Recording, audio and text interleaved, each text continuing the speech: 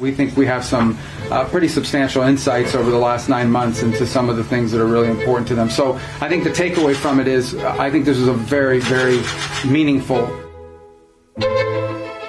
Viva! Está com o Expresso da Manhã. Eu sou o Paulo Baldaia.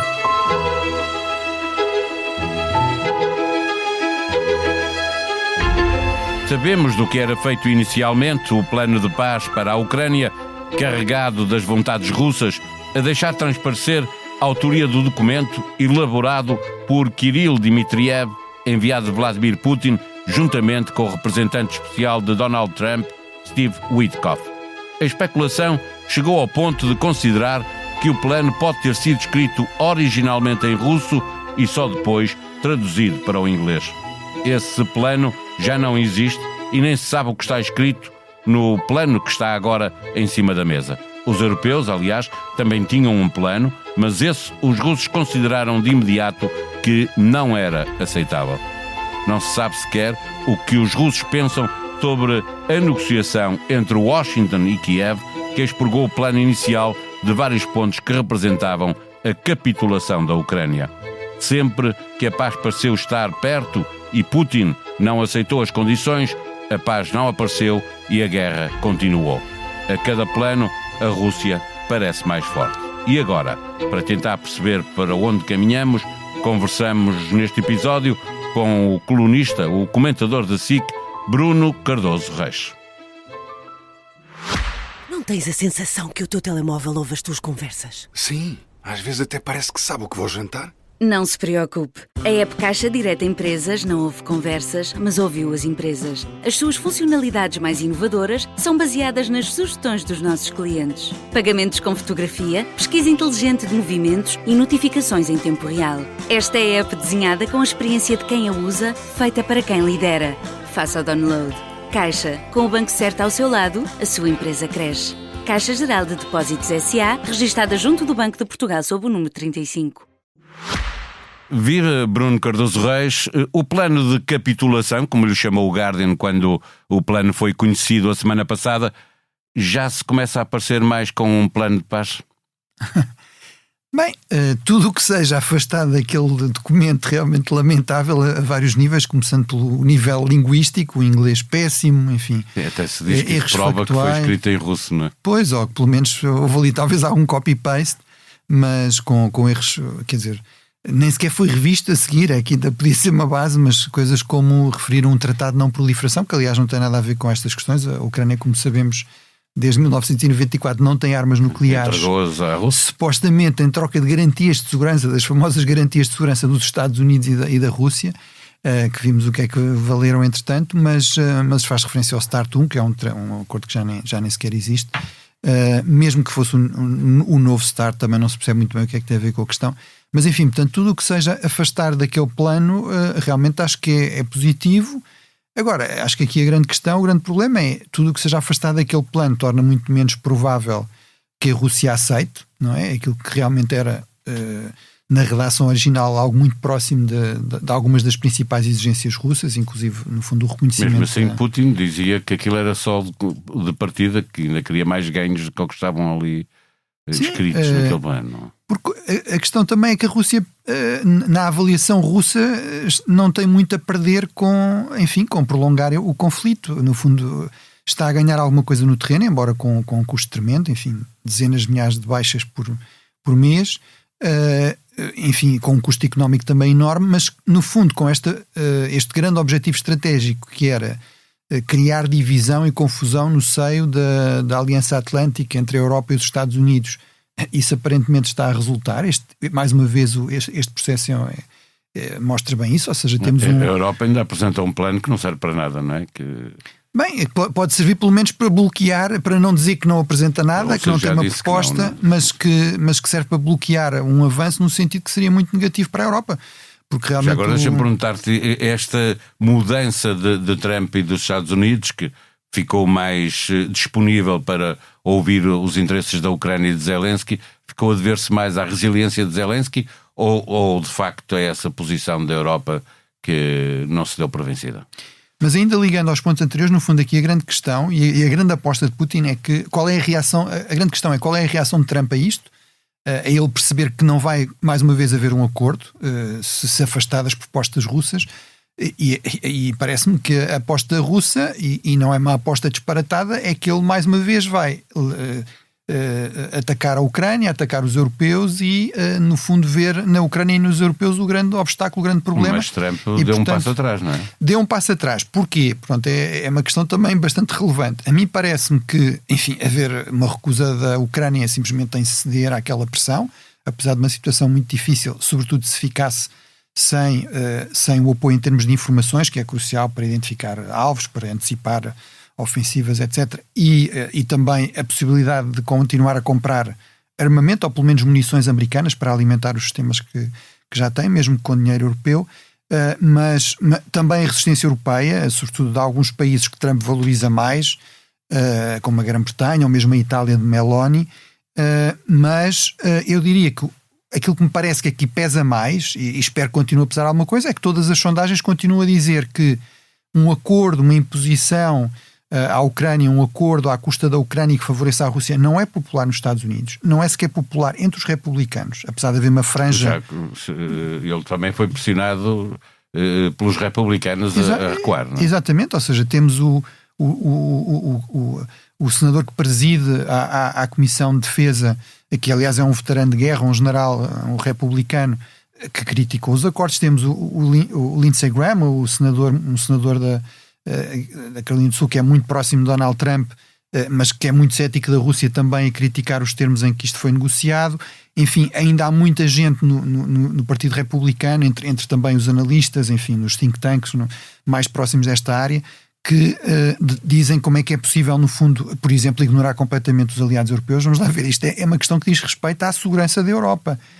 Se nós formos estritos até, isto não só não é um favor, como é uma obrigação dos Estados Unidos. A NATO tem uma obrigação de consulta mútua entre aliados quando se trata de questões de segurança. Mas é a primeira vez que Trump ou os seus enviados negociam diretamente com a Rússia sem ligar nenhuma nem à Ucrânia nem à Europa. Sim, o que aliás coloca a questão, mas será que garantias de segurança com a atual administração valem alguma coisa? Ou seja, alguém acredita que uma administração que acha que é um grande sacrifício estar a receber imenso dinheiro europeu para lhe comprarmos gás natural liquefeito em vez da Rússia, para comprar armamento aos Estados Unidos para fornecer à Ucrânia, que está a receber milhares de milhões por causa disso, acha que isso é um grande sacrifício e portanto nem sequer se dá ao trabalho de falar com os europeus antes de procurar um acordo quase a qualquer preço com a Rússia. Depois a seguir, só haver um ataque à Ucrânia, o que é que vai fazer? Ou até a um país europeu membro da NATO. Portanto, formalmente a NATO continua a existir, o artigo continua a existir, mas realmente para muita gente a administração Trump parece que é como se não existisse. Agora, apesar de tudo, continua a haver pressão em muitos setores nos Estados Unidos no sentido de criticar isso, rejeitar isso, valorizar a aliança com os europeus, dizer que seria péssimo para a imagem do presidente, no fundo, ele estar a entregar a Ucrânia à Rússia, e portanto acho que isso ainda pode pesar aqui alguma coisa, mas vamos ver por quanto tempo e se realmente é um peso que é suficiente para evitar aquilo que claramente em Donald Trump é decisivo sempre, que é procurar acordos económicos que beneficiem a ele e à família. Isso ele já conseguiu mais ou menos aqui, com as terras raras e etc. Sim, este suposto acordo com a Rússia, no fundo as cedências que tem é sobretudo mais aos Estados Unidos e aos interesses económicos americanos do que propriamente à Ucrânia. Acho que não é por acaso que seja Steve Witkoff, Kushner e também o Sr. Dmitriev, o Kirill Dmitriev, que é um russo que é o grande homem de Putin para lidar com os sultões e os sheiks e os reis do Golfo. Portanto, mais uma vez, se nós quisermos perceber a política externa de Donald Trump, o sítio-chave para perceber isso são os países do Golfo e é o dinheiro do Golfo.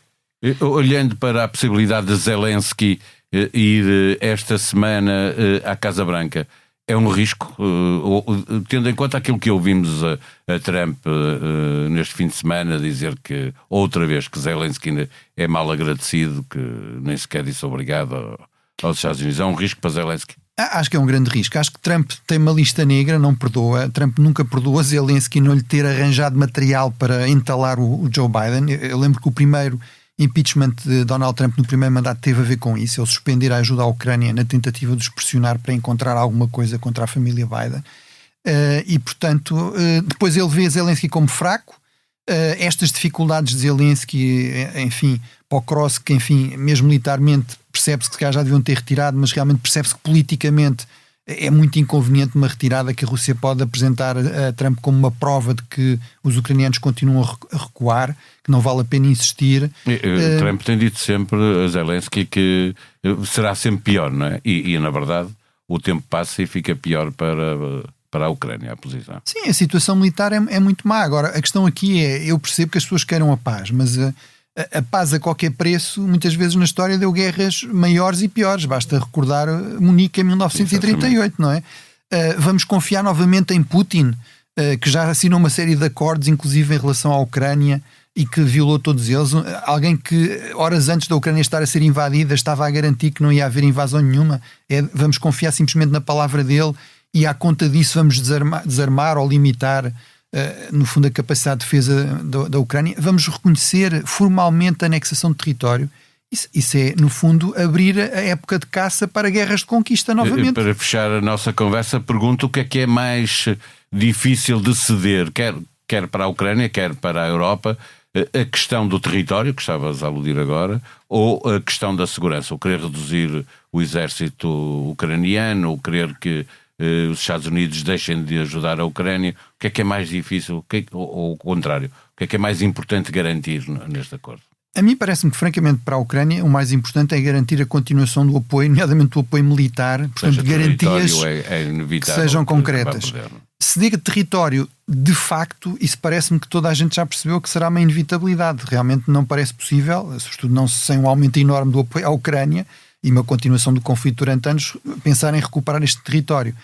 Agora, outra coisa muito mais grave, e eu diria aí, isso devia ser uma preocupação, inclusive para os próprios Estados Unidos e para todos, é: se nós reconhecemos formalmente esta anexação, estamos a dizer a qualquer país que tem um conflito territorial que não está satisfeito com as suas fronteiras, vocês no futuro podem resolver isto pela força e a seguir a comunidade internacional pode reconhecer isso e o preço que têm a pagar é um preço limitado. Legalizar e legalizar. Exatamente.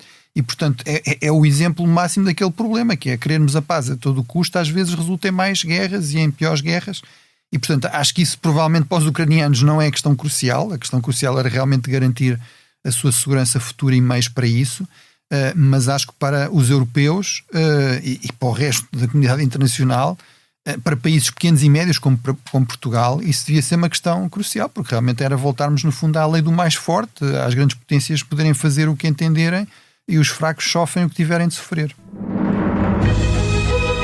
Os encarnados venceram o Atlético na Taça de Portugal, mas pouco efetiva e provavelmente efêmera mudança de tática por parte de José Mourinho, que no final não se coibiu em criticar a atitude dos seus jogadores. Além da quarta eliminatória da Prova Rainha, Rui Malheiro e Tomás da Cunha analisam os adversários europeus de Benfica, Sporting, Futebol Clube do Porto e Sporting de Braga, mas também o momento de glória de Eberechi Eze no derby do norte de Londres entre Arsenal e Tottenham. Emissão conduzida por Lídia Peralta Gomes. O futebol é um jogo simples que muita gente complica.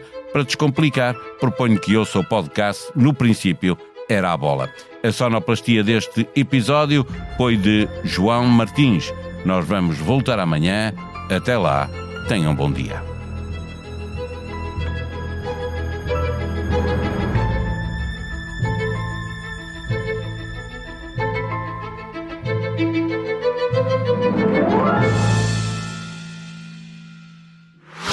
Não tens a sensação que o teu telemóvel ouve as tuas conversas? Sim, às vezes até parece que sabe o que vou jantar. Não se preocupe. A app Caixa Direta Empresas não ouve conversas, mas ouviu as empresas. As suas funcionalidades mais inovadoras são baseadas nas sugestões dos nossos clientes. Pagamentos com fotografia, pesquisa inteligente de movimentos e notificações em tempo real. Esta é a app desenhada com a experiência de quem a usa, feita para quem lidera.